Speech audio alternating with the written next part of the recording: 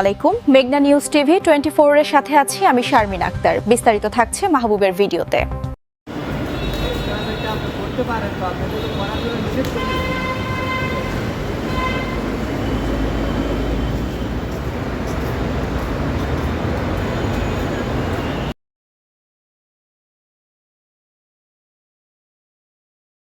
বয়োজ্যেষ্ঠ তাদেরকে এই সরকারের পক্ষ থেকে বিশেষ পেনশনের দাবি জানাচ্ছি এবং প্রকৃতার্থে নোটে যা দেখছি এটা প্রতিবাদ করে এইটুকুই সাংবাদ করছি।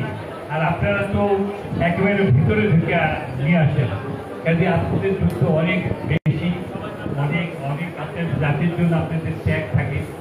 ত্যাগের বিনিময় সার্থকতা অবশ্যই বিনিময় যেটা আপনারা প্রফেশনাল পান সেটা তো ভিন্ন কথা, কিন্তু সার্থকতা দিয়েই একটা আপনার নিউজের মান সংশোধন হয় নাই এবং বাতিলও হয় নাই।